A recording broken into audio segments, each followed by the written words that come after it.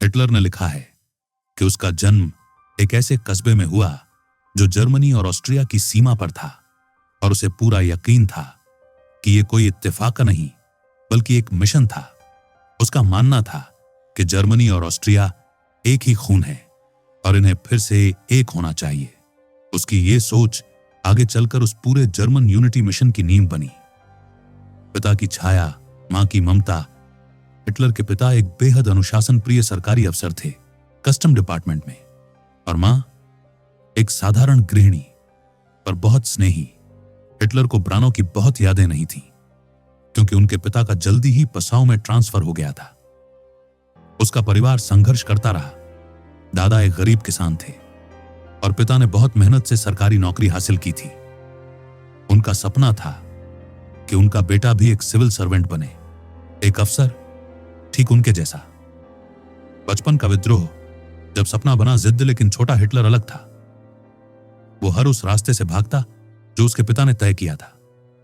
जब उसने पहली बार कहा, मैं पेंटर बनना चाहता हूं, तो घर में जैसे तूफान आ गया। पिता ने साफ कहा, जब तक मैं जिंदा हूं तुम आर्टिस्ट नहीं बन सकते। पर यह लड़का भी अपनी जिद पर अड़ा रहा। उसे किताबों से प्यार था, खासकर युद्ध और इतिहास से जुड़ी किताबों से। 1870 की फ्रैंको जर्मन वॉर की किताबें और उनके इलस्ट्रेशन उसे घंटों बांध कर रखते। स्कूल की लड़ाइयां और खुद की पहचान। हिटलर का स्कूल का सफर भी बड़ा अजीब था। जो सब्जेक्ट्स पसंद थे उसमें टॉप, और जो नापसंद थे उनमें फेल। उसके रिपोर्ट कार्ड पर एक ओर एक्सीलेंट लिखा होता और दूसरी ओर इनएडिक्वेट। पर हिस्ट्री और ज्योग्राफी, इन दोनों विषयों में उसका कोई मुकाबला नहीं था। 13 साल की उम्र में मौत का सामना सब कुछ जैसे चलता रहा, जब तक 13 की उम्र में उसके पिता की मौत नहीं हो गई। और 2 साल बाद उसकी मां भी चली गई। अब हिटलर अकेला था। सपने थे पर सहारा कोई नहीं। उसने तय किया, अब सिर्फ खुद के दम पर कुछ बनना है। उसने भी अपने पिता की तरह वियना की राह पकड़ी, पर अफसर नहीं बनना था। उसकी मंजिल थी आर्ट एकेडमी। लेकिन किस्मत को कुछ और मंजूर था।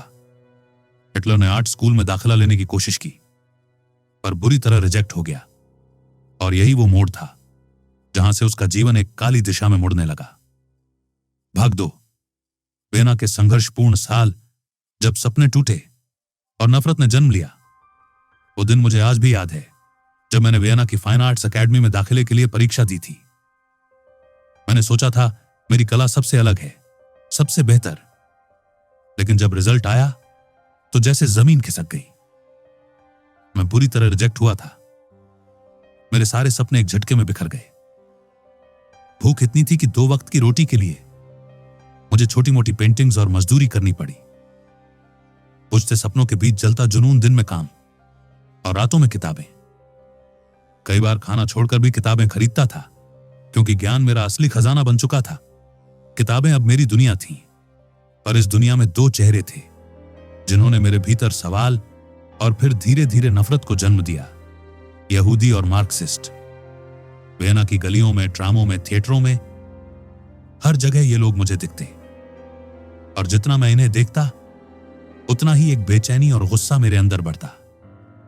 हिटलर की आंखों से यहूदी समाज की छवि इन लोगों को देखकर मुझे एहसास हुआ कि जो खुद को चुना हुआ कहते हैं वो भीतर से खोखले हैं। उनका पहनावा, उनकी भाषा, उनका व्यवहार मुझे अजनबी लगता था। ये मेरे जर्मन कल्चर से बिल्कुल अलग थे। मैंने उनके साहित्य, उनके थिएटर, उनके आर्ट को देखा और मुझे लगा ये सब हमारी संस्कृति के लिए एक जड़ है, एक ऐसी बीमारी जो हमारे समाज को अंदर से खा रही है। मार्क्सिज्म और ट्रेड यूनियन से टकराव। मैं बिल्डिंग साइट पर काम करता था। वहां कई ट्रेड यूनियन लीडर्स से मेरी बहस होती रहती। वो खुद को मजदूरों का मसीहा कहते, लेकिन असल में अपनी ही जेबें भरते थे। धीरे धीरे मुझे समझ आने लगा कि ये सोशल डेमोक्रेट्स, ये ट्रेड यूनियनिस्ट्स, ये सारे विचारक अधिकतर यहूदी हैं। मैंने किताबों में पढ़ा और देखा कि मार्क्सिज्म के पीछे भी वही चेहरे हैं, डेविड, एडलर, एलन बोगेन, सब एक ही जात के। एक गुस्से की चिंगारी मेरे भीतर एक आग जल रही थी। मैं सोचने लगा, ये लोग कौन होते हैं? हमें ये बताने वाले कि समाज कैसे चले।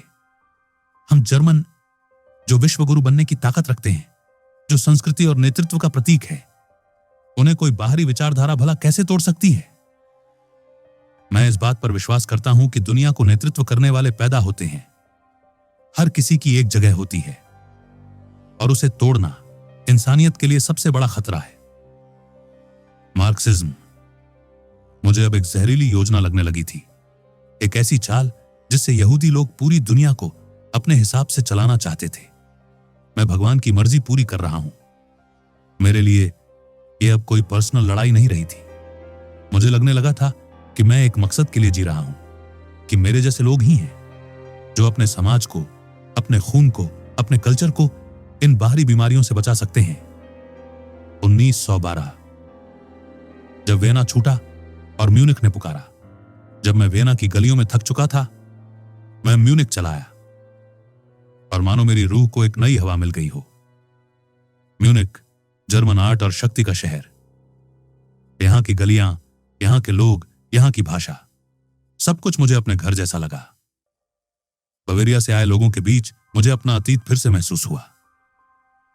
म्यूनिख मेरे लिए सिर्फ एक शहर नहीं था, यह मेरी नई जिंदगी की शुरुआत थी। भाग 3। जब पूरी दुनिया जल उठी, वो युद्ध जिसने मेरी आत्मा को जगा दिया। 1914, एक ऐसा साल जब यूरोप की हवाओं में बेचैनी थी। लोग थक चुके थे उस अस्थिरता से, उस अनिश्चित माहौल से। हर कोई किसी बड़े बदलाव का इंतजार कर रहा था। और तब आया पहला विश्व युद्ध। लेकिन यह कोई थोपे गए युद्ध का नतीजा नहीं था। लोग चाहते थे यह युद्ध हो। उनके अंदर एक तड़प थी, एक ऐसा संघर्ष हो जो सब कुछ साफ कर दे। शांति की बातें अब पुरानी लग रही थीं और ऑस्ट्रिया सर्बिया विवाद महज एक चिंगारी थी। क्या हम एक जर्मन राष्ट्र बन पाएंगे? यह सवाल हवा में तैर रहा था। सवाल यह नहीं था कि कौन जीतेगा, ऑस्ट्रिया या सर्बिया। सवाल यह था, क्या जर्मन लोगों को आखिरकार एक पहचान मिलेगी? 10 लाखों लोग अपने प्राण तक देने को तैयार थे, सिर्फ इस भरोसे पर कि उनका देश एकजुट और ताकतवर बनेगा। आर्च ड्यूक की हत्या और म्यूनिख में हलचल। जब आर्च ड्यूक फ्रांसिस फर्डिनांड की हत्या की खबर आई, म्यूनिख में जैसे आग लग गई हो। हर तरफ अफवाहें, आक्रोश और एक ही भावना, अब कुछ बड़ा होने वाला है। मेरे भीतर भी एक अजीब उत्साह भर गया था। मैंने आसमान की ओर देखा और मन ही मन शुक्रिया कहा कि मैं इस ऐतिहासिक पल का हिस्सा बनने जा रहा हूं। अब यह सिर्फ लड़ाई नहीं, सम्मान की जंग है। मुझे एहसास हुआ कि यह लड़ाई अब 2 देशों के बीच नहीं रही। यह जर्मनी की अस्मिता की लड़ाई है। अगर हम जीते तो दुनिया हमें सबसे ताकतवर मानेगी, और अगर हार गए तो सब कुछ बिखर जाएगा। एक युवा की पुकार।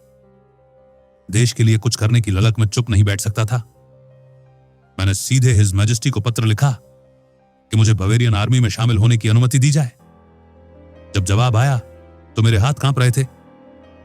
मैंने जैसे ही लेटर खोला, आंखों से आंसू बह निकले। मुझे अनुमति मिल चुकी थी। मैंने उसी पल अपनी ट्यूनिक पहनी, वो यूनिफॉर्म जो अगले 6 सालों तक मेरे शरीर का हिस्सा बन गई। पहला मार्च, पहली गर्जना। हमने जोर जोर से जर्मन नेशनल एंथम गाया। जर्मनी, जर्मनी सबसे ऊपर। वो रात बहुत ठंडी थी, लेकिन हमारे जोश में कोई कमी नहीं थी। हम कुछ नौजवान, कुछ बिल्कुल बच्चे फ्लैंडर्स के लिए निकले थे, लेकिन जब 4 दिन बाद लौटे, हम बच्चे नहीं रहे थे। अब हम सैनिक थे। हमारे हाथों में बंदूकें थीं और आंखों में सिर्फ एक सपना, अपने देश को महान बनाना। भाग 4। जब जंग थमी और क्रांति शुरू हुई, एक सैनिक का दिल टूटा और एक नेता ने जन्म लिया। सितंबर 1916, बैटल ऑफ सोम जंग का वो मैदान जहां जमीन कांप रही थी, आसमान फट चुका था और हर पल मौत हवा में तैर रही थी। सप्ताहों तक तोपों की गरज रुकने का नाम नहीं ले रही थी। चारों ओर सिर्फ धुआं, चीखें और लहू। लेकिन हमारी जर्मन आर्मी अब भी डटी हुई थी। कभी पीछे हटे तो अगले ही दिन फिर से खड़े हो गए, क्योंकि हार हमारे शब्दकोश में नहीं थी। जब गोलियों से नहीं तो जख्मों से गिरा अक्टूबर 1916। एक भीषण हमले में मैं गंभीर रूप से घायल हुआ। मुझे मोर्चे से हटाकर जर्मनी वापस भेजा गया। 2 साल बाद पहली बार अपने देश की जमीन पर कदम रखा था। पर यह वही जर्मनी नहीं था जिसे मैं छोड़कर गया था। बिस्तर की मुलायम चादरें और मन में बगावत हॉस्पिटल में नर्सों की कोमल आवाजें और बाहर एक ऐसी दुनिया जो टूट चुकी थी। मेरे लिए यह अजीब था। कल तक जो खून लथपथ मैदान मेरा घर था, आज वही मैं किसी अस्पताल के बिस्तर पर पड़ा था। जब थोड़ा ठीक हुआ तो परमिशन लेकर बर्लिन गया, पर वहां की हालत देख दिल कांप गया। म्यूनिख, बर्लिन और जर्मनी की आत्मा खो चुकी थी। भूख, बदहाली और गुस्सा हर तरफ। लोग एक दूसरे से लड़ रहे थे। बावेरियंस और प्रुशियंस आपस में टकरा रहे थे, और इस बीच कुछ चेहरे ऐसे थे जो पर्दे के पीछे मुस्कुरा रहे थे। यहूदी, जिन्होंने गोलियां नहीं चलाई पर खून सबसे ज्यादा पिया। ऑफिसों में, प्रशासन में, बैरक्स में, हर जगह वही चेहरे। वो क्लर्क जो कभी मोर्चे पर नहीं गए पर हमारे पसीने और खून से मुनाफा कमा रहे थे। वार सप्लाई, गन डीलिंग, एम्यूनिशन, इनके लिए युद्ध व्यापार था। इनका फायदा इसी में था कि लड़ाई चलती रहे और देश की आत्मा धीरे धीरे बिकती रहे। 1918 जब सिर्फ जंग नहीं हारी बल्कि पहचान खो दी। नवंबर 1918 लड़ाई रुकी। कैसर विलियम द्वितीय ने मार्क्सिस्टों से समझौता कर लिया और जर्मनी, जो कभी सम्राटों की धरती थी, अब एक गणराज्य बन गया। उस दिन मैं अस्पताल में था। मेरी आंख में चोट थी, लेकिन जो चोट दिल पर लगी थी वो कभी नहीं भरेगी। मैं टूट गया था। अपनी मां की मौत के बाद मैं कभी नहीं रोया था, लेकिन उस दिन मैं फूट फूट कर रोया, क्योंकि मुझे लगा सब कुछ बेकार चला गया। हमारी कुर्बानी, हमारे दोस्तों का बलिदान, वो सब मिट्टी में मिला दिया गया। राजनीति में पहला कदम, पर किसी भी पार्टी पर भरोसा नहीं था। अब मैं लड़ने की हालत में नहीं था। मैंने फैसला किया कि अब मेरी लड़ाई बंदूक से नहीं, विचारों से होगी। मैंने पॉलिटिक्स ज्वाइन की, पर मुझे किसी पार्टी की विचारधारा पर भरोसा नहीं था, क्योंकि मैं खुद को सिर्फ एक चीज मानता था, नेशनल सोशलिस्ट। एक मिशन जो खुदा ने मुझे सौंपा। मेरे लिए यह सिर्फ राजनीति नहीं थी, यह मेरी जिम्मेदारी थी अपने लोगों के लिए, अपने फादरलैंड के लिए। हमें अपने खून की शुद्धता बचानी है, अपनी आने वाली पीढ़ियों को एक मजबूत राष्ट्र देना है। हर सोच, हर एक्शन अब सिर्फ इसी मकसद से होगा। 1919 वो स्पीच जिसने मुझे बदल दिया। एक दिन एक ट्रेनिंग कोर्स में एक आदमी ने यहूदियों की तारीफ करनी शुरू की। मैं चुप नहीं रह पाया। मैंने खड़ा होकर जवाब दिया और देखा कि सारे सोल्जर मेरी बातों से सहमत हैं। मुझे महसूस हुआ मेरी आवाज में ताकत है। अब शब्द मेरी गोलियां थे। थोड़े ही समय में मुझे आर्मी में एजुकेशनल ऑफिसर बना दिया गया। अब मैं हजारों सोल्जरों को मोटिवेट करता था, उन्हें उनके कर्तव्य की याद दिलाता था, देश के लिए कुछ करने की प्रेरणा देता था। मैं जानता था मेरे शब्द मेरी सबसे बड़ी ताकत है। National socialist German workers party की नींव मैंने अपने जैसे सोचने वाले लोगों को जोड़ा, उन्हें अनुशासन सिखाया और एक नया आंदोलन शुरू किया, the national socialist German workers party. यही मेरी शुरुआत थी और यही था मेरा अगला युद्ध, विचारों का युद्ध। भाग 5, नेशन और नस्ल, हिटलर के विचारों की जड़ें। किस सोच ने उसकी आइडियोलॉजी को जन्म दिया? कुछ विचार शायद इंसान को जन्म से नहीं मिलते, बल्कि वक्त और अनुभव उन्हें आकार देते हैं।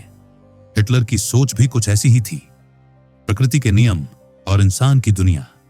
हिटलर का मानना था कि जिस तरह प्रकृति में हर जीव अपनी ही नस्ल के साथ मेल करता है, उसी तरह इंसानों के बीच भी कुछ सीमाएं होनी चाहिए। वो कहता था, शेर शेर के साथ ही रहता है, चूहा चूहे के साथ। अगर अलग अलग प्रजातियां आपस में जुड़ेंगी तो अगली पीढ़ी कमजोर होगी। उसके अनुसार प्राकृतिक व्यवस्था का मकसद नस्ल की शुद्धता बनाए रखना है। जानवरों से इंसानों तक उसकी विवादास्पद थ्योरी। हिटलर ने पशुओं की इन सीमाओं को इंसानों पर लागू करने की कोशिश की। उसका विश्वास था कि जब अलग अलग मानव समूह आपस में शादी करते हैं तो एक मिलावट होती है जो बुद्धिमत्ता, ताकत और सौंदर्य, इन सबको धीरे धीरे नष्ट कर देती है। आर्यन रेस और हिटलर की महिमा की कल्पना। वो आर्यन नस्ल को दुनिया की सबसे उन्नत नस्ल मानता था। आर्यनों ने ही सभ्यता की नींव रखी।